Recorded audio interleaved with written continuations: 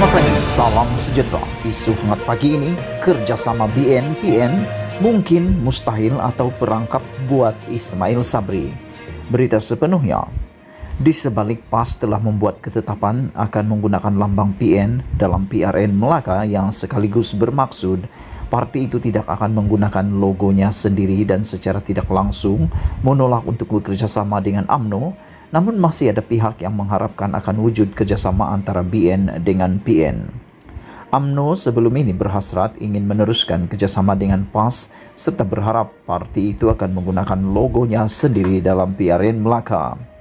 Tetapi, dengan PAS akan menggunakan lambang PN, sudah tentulah ia bermaksud parti itu hanya akan bekerja sama dengan Bersatu.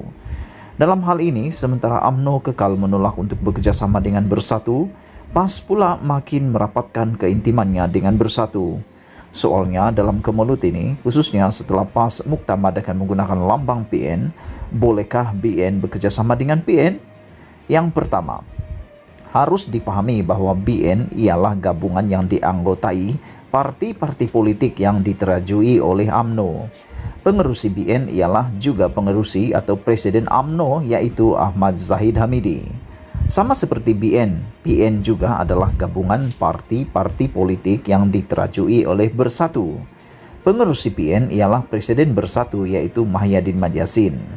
Bermakna, untuk memastikan kerjasama terbentuk antara BN dan PN, pertama sekali kedua-dua peneraju gabungan itu mestilah ada keinginan untuk bersama dan sedia untuk bertolak ansur. Adakah Zahid Hamidi dan Mahyadin masing-masing mempunyai keinginan untuk bekerja sama? Kalau Zahid Hamidi sebagai Presiden UMNO dan Mahyadin Presiden Bersatu, setiap masa lebih cenderung untuk membawa parti kedua-dua parti itu berbelah dan berpisah. Bolehkah mereka sebagai pengerusi BN dan pengerusi PN untuk saling berdamai dan bekerja sama? Tidakkah hasrat menginginkan kerjasama antara BN dan PN itu bermakna seperti mengharapkan permusuhan antara UMNO dengan Bersatu boleh didamaikan? Memang betul ada yang ingin melihat BN dan PN saling bekerja sama, tetapi mereka itu antaranya hanyalah daripada PAS dan kelompok klaster kabinet dalam UMNO seperti Sahidan Kasim dan misalnya.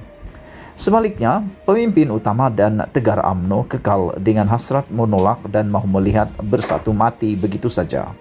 Bolehkah suara mereka yang mau melihat BN dan PN bekerja sama itu mempengaruhi Presiden UMNO dan Presiden Bersatu? Lebih daripada itu, di ketika kedudukan pengerusi BN dan pengerusi PN amat penting dan diperlukan untuk membuat keputusan, berhubung kemungkinan kerjasama antara kedua-dua gabungan itu, pengerusi PN yang juga Presiden UMNO kini sedang berada di Jerman kerana menjalani pembedahan tulang belakangnya. Jadi, bagaimana rundingan hendak dijalankan? Meskipun dalam kes ini ada Perdana Menteri Ismail Sabri Yaakob yang diberi mandat oleh MT untuk mengetuai rundingan dengan parti-parti dalam kerajaan bagi mengelakkan pertembungan sesama sendiri dalam PRN Melaka, hakikatnya kedudukan beliau dalam parti amat terhad. Ismail Sabri adalah Perdana Menteri yang bukan pengerusi BN dan bukan juga Presiden UMNO. Dengan itu, walau sebagai Perdana Menteri, kuasa beliau dalam BN dan UMNO tidak dapat mengatasi kedudukan serta kuasa Zahid Hamidi. Bolehkah Ismail Sabri berjaya dalam misi rundingannya, atau beliau sebenarnya sedang diperangkap oleh Zahid Hamidi dengan diberikan tugas yang tidak mungkin berjaya dilakukannya dengan sempurna? Seterusnya, adakah dengan kegagalan misi rundingan itu lebih-lebih lagi jika BN kecundang dalam PRN Melaka nanti, semuanya akan memungkinkan Ismail Sabri bukan lagi calon Perdana Menteri pilihan UMNO dan BN dalam PRU akan datang? Ditulis oleh Sahbudin Hussein 4 November 2021. Sekian isu hangat pagi ini. Jangan lupa tekan butang subscribe dan kita jumpa lagi. Bye-bye.